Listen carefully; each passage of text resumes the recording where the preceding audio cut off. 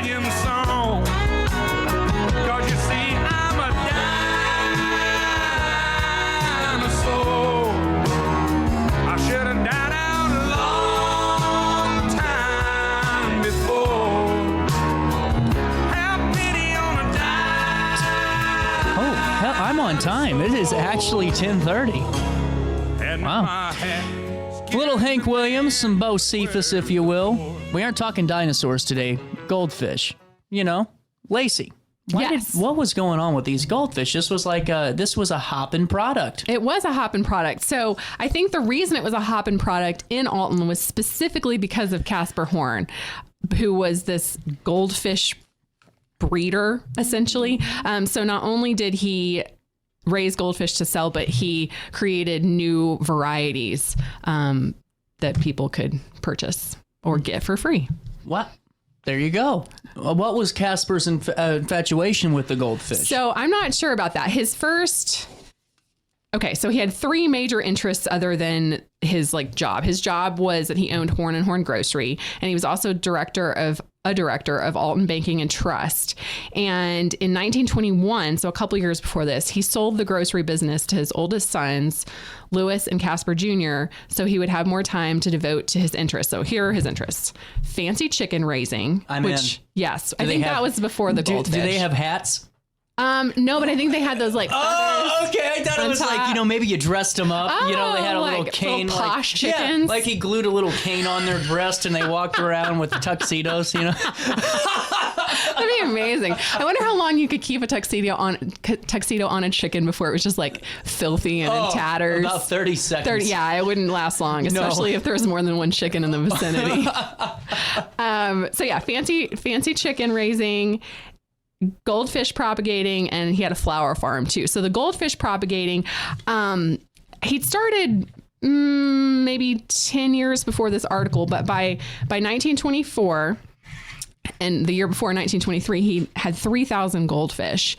And so this article from November 1924 talks about these beautiful goldfish, and all these articles, there was 3 or 4 articles that referred to him as the Luther Burbank of goldfish. So then I had to go down a path to figure out who Luther Burbank was, because one of the most interesting things about articles from another time period that you're not familiar with is all the references that the authors make with no explanation, because at the time, everybody knew who that was. Oh. You didn't have to explain it. So Luther Burbank was a prolific botanist who cultivated fruits, vegetables, flowers, the Shasta daisy, which probably a lot of people are familiar with, and the russet Burbank potato, which is, from what I understand, the potato that's used for French fries in McDonald's. Right, exactly. That is the from McDonald's potato. Yeah. So it was a little bit popular when he first created it, and then became more and more popular as time went on, and as more fast food restaurants and specifically McDonald's were using it.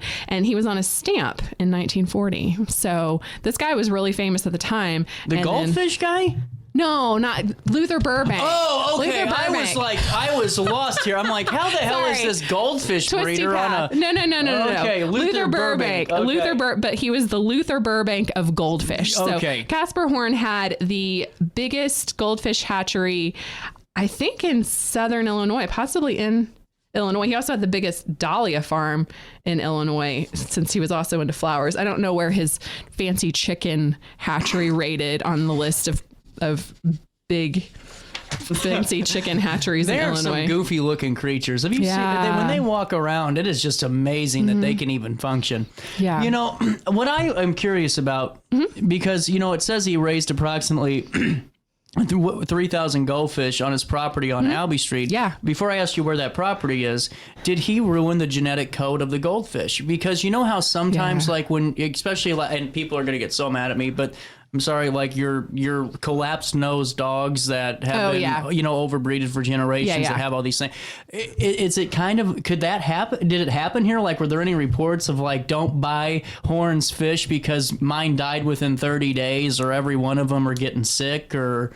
No, I think that by the time Casper Horn was working on this, they had been bred to the little versions that we know now. I mean, goldfish are carp. Right. So Some of those suckers though get big. They get, if you put a standard goldfish in a regular pond, yeah, it'll get huge. And so, I don't think that Casper Horn, I don't know if he made anything better genetically, but I don't think that what he was doing was making those goldfish less healthy. That's interesting. I mean, I'm sorry. I kind of came off as I was trying to throw I was going after Casper Horn for a second. I would have gone after the descendants for ruining the genetic code. Goldfish were not.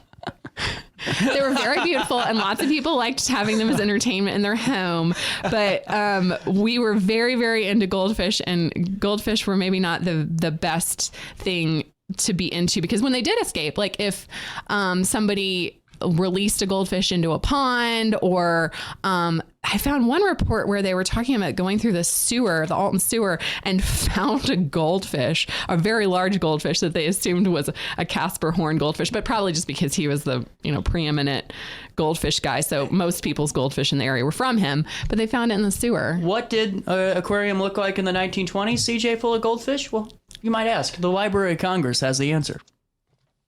Yeah.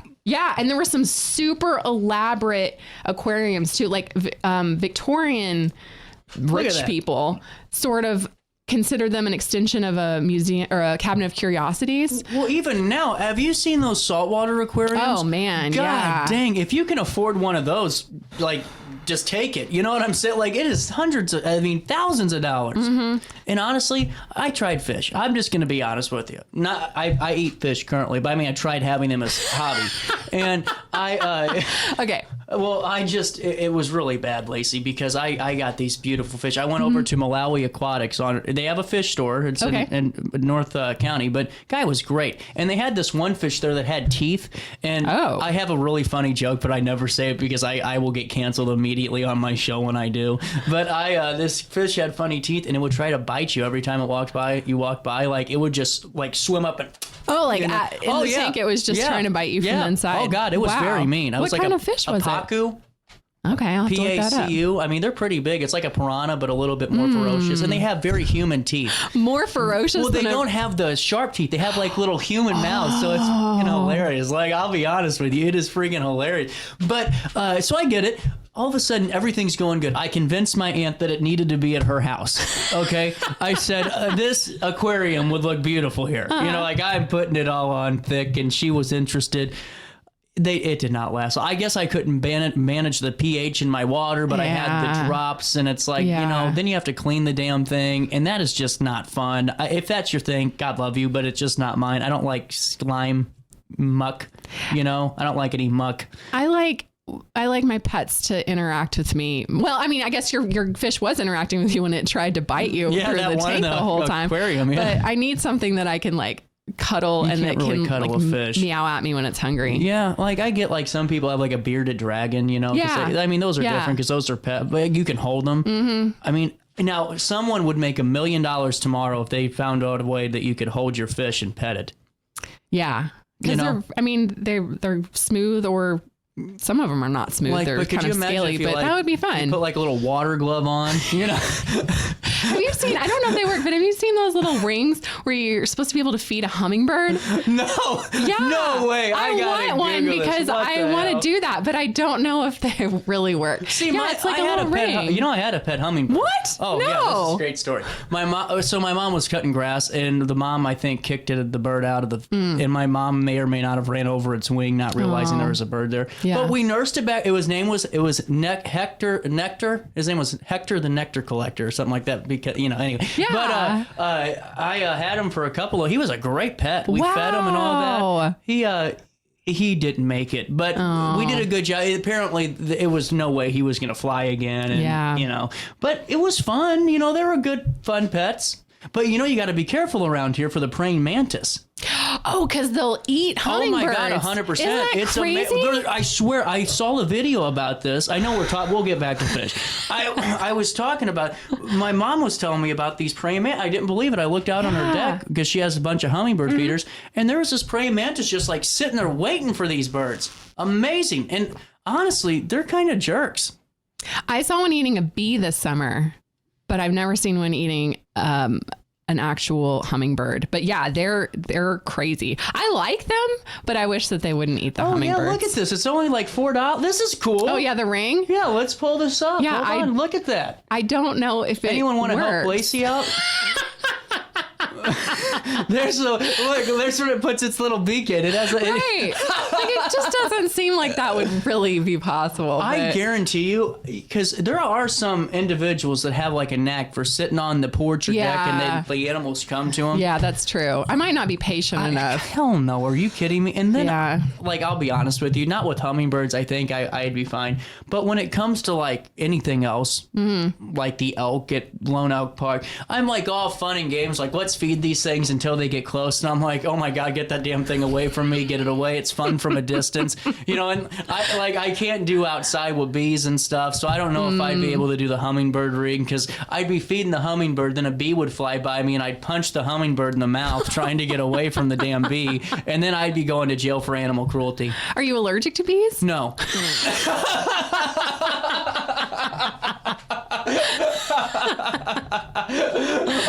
Back to goldfish.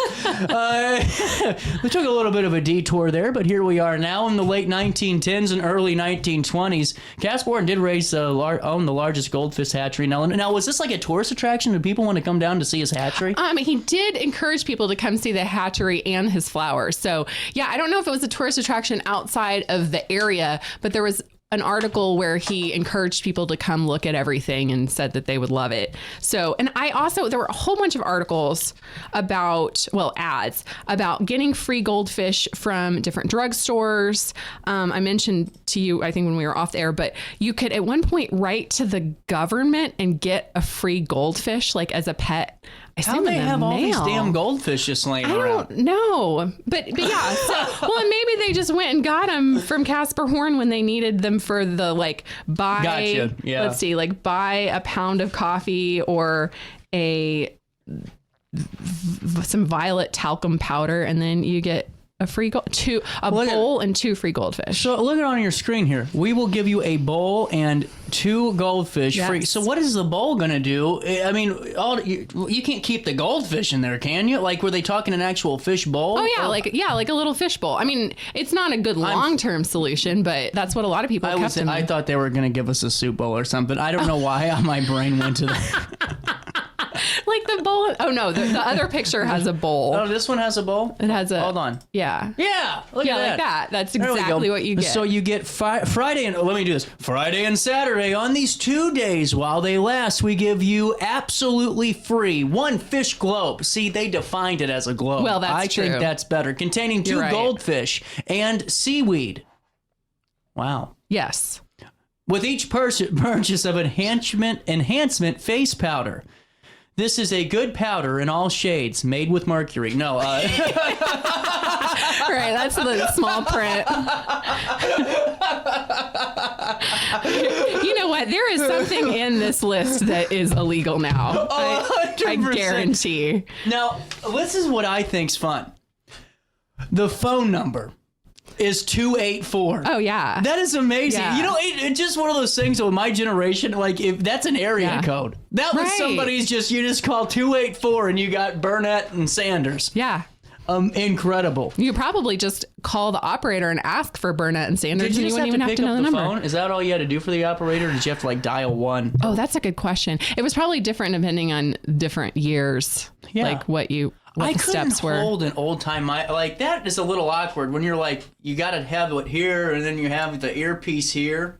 Yeah, I don't think people talked on the phone for that long, though. You wouldn't have... Well, I don't know. Could you imagine a 45-minute gossip call like this? You wouldn't be able to move your damn arm after you're done. It'd be stuck like this for years. They used to have telephone couches. Yeah. No way. Yeah. We're learning a lot on this show today. I got to Google this. Yeah. Okay, telephone couches. Yeah. So, I was talking to you before the segment started. So, goldfish are not the best for the natural landscape. Right. Because of the fact that they're burrowers. Yeah, they go down to the bottom to feed, and so they get all the mud and dirt turned up. Oh yeah, that's and then there's not enough light that can come in for the plants and stuff. So yeah, if you ever have a goldfish and you don't want it anymore, do not put it in a pond or lake. find someone you to ever give see it the to. Family Guy where he flushed his goldfish and then they found it like 10 years later, but Oh, it mutated and it held him no. hostage? Yeah, that's another problem. So don't do it because of the risks with it mutating and holding him hostage. He said, Dad, remember the goldfish? He wasn't dead. So just because we're talking about a lot today, here's a telephone couch. How cool is this? Is that a telephone couch? Yeah. So the telephone will go in that gimmick, that doodad over there. And that'd be a good way to gossip. Now, the question I have, in my one complaint, hindsight be at 2020, why would the headrest be on the opposite side of where the phone was? Well, you know what? I guess it would depend on how long the cord was. Maybe that's... What year is that one from? Oh, shoot, you got me. You can buy this one today, so it ain't from... it's a replica. Okay, well, I think we would have to look at the history of telephone couches and see how that lined up with the history of... That's why Lacey's the expert telephones. This is why you can't Shape This is why we need you, because I would be the one that just says, "Yep, done. That is it." No. And then I'll spend 15 hours looking at this just so I can say one thing in here. So, with that being said, what was this? What was the fun of this article for you? Okay, so one of the things that I really liked was learning about all the different hatcheries that were on the north side of Alton during this time. So I don't even know about other parts of Alton, but there was an earthworm farm, a goatery, a cattery, specializing. Why is it always a re? Like, you know what I'm saying? Like, could they never just call it like a Goldfish Emporium? Would it always have to be a re? Well, I think Emporium would be where you go buy them. And I guess you could buy them directly from him, but I don't know.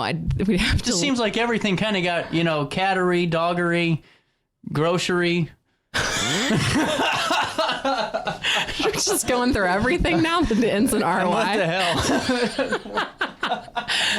I'm going to do the history of language next. There we go. Yeah, like I have to figure out where that suffix comes from, like what language it comes from. Anyway, cattery, specializing in Angora cats, which are like super fluffy cats. And at one point, this guy had a storefront, just briefly, like for an afternoon, and just filled it with all of his cats so people could come and see them and buy them. Huh. Yeah. And then a canary bird hatchery, a crawfish pond, not a crawfishery, and a possumry. And because it was listed, the possumry was listed in this list of mostly things that you would have as pets other than the earthworms. The earthworms were for fishing. I did some research on the possumry, and they were raising possums for fur. But I don't quite know if it ever actually happened, because I found articles about the plans, but I didn't find any articles about Was the there actual some production. pushback on the possumry? No. There was an article actually that someone in another town would be happy to sell some possums to them because he read the article about how there was going to be a possumry. It was also called an opossum farm when I started looking for it. But yeah, they were going to have like 200 possums and feed them persimmons. They were going to replant some persimmon trees onto this 5-acre property that was going to be fenced in, and then like a whole article with incredible. plans, and then I never found anything Where else. was his farm at? I think that Because it's on Albee. oh yeah Or hatchery. the fish farm. It was on Albee, but I'm not sure. I looked it up, but then I forgot to look at it Is on your the map. property the old home of Casper Horn? Winner gets nothing. We just want to know. It's just full of like goldfish skeletons. Oh my God. That's what they found at Ben Franklin's apartment in Paris. It's just fish skeletons. No, it was real skeletons. That was a couple weeks ago. Did I tell you about that? No. Yeah, so they were, it was Ben Franklin's old apartment, in like Paris or something, but there was a ton of bodies. And it wasn't because he was a mass murderer. Like, that was what the internet immediately went to. They're like, oh, he's a serial killer. No, it was just because I think there was like an autonomy lab there or something. Yeah. It wasn't, he was never a mass murderer. I'm going to start that rumor I think on that, our daily show. Oh my God, no. But so anyway, Ben Franklin, was sleeping on top of dead bodies. Well, I mean, Not literally, like the basement. And I got to start Right. clarifying more. I'm getting taken out of context too much. Just that one line, no context.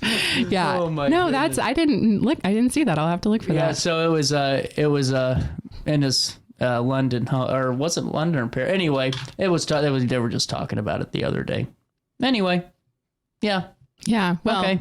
there are probably a lot of skeletons in a lot of places we don't expect. There's a lot of skeletons in our founding fathers' closets, that's for sure. Now, back to this. Yes. When did Mr. Horn cease operation? Oh, let's see. He died. When did he die? When did Beta Fish come in? It was probably around the same year. Oh, no. That's something else to look up. No, he died in 1941 and he was still working on active. the Goldfish. I don't know if he was as prolific at that time as he was earlier in his career with the Goldfish, but yeah, he still had him. It was definitely mentioned in his obituary. Really cool. Alrighty. Now, Lacy, what are you writing about next week? I am writing about a marionette show Hell no. Where was this at? in Alton at the Spalding Auditorium. Like they did, you know, and they had like yeah, they had like the little voices. strings and the little voices. What are you doing? Oh, you know, and it float around. Yes, we should do the whole interview with our own What marionettes. was the Shrek thing? Remember when they had the Shrek and it was the marionette was the preview for Far Far Away or The Perfect Place? Oh, I don't know. I always forget the name of that damn town. It's always when I need it the most. Yeah, too. it's just not That's why I'm there. a talk show host, you know. I can take a break and find out. 10:51, we are going to be talking about a marionette show. Mm-hmm. This is interesting. Were there a lot of marionette shows? You know what? There were. It was Tony Stark's marionettes, and I he met was. Tony. You did not meet Tony. Oh yeah, maybe. Died in the 40s. There were 3 shows in Alton during the 20s and 30s. And he was actually a really, really, really, really interesting artist. So Really? I found a lot of cool stuff about him while I was working on it. Let's talk about that next week. Okay, Shall we? let's do it. 10:51, a quick break. We come back and wrap up this Wednesday that was right after this, after I make this good basket.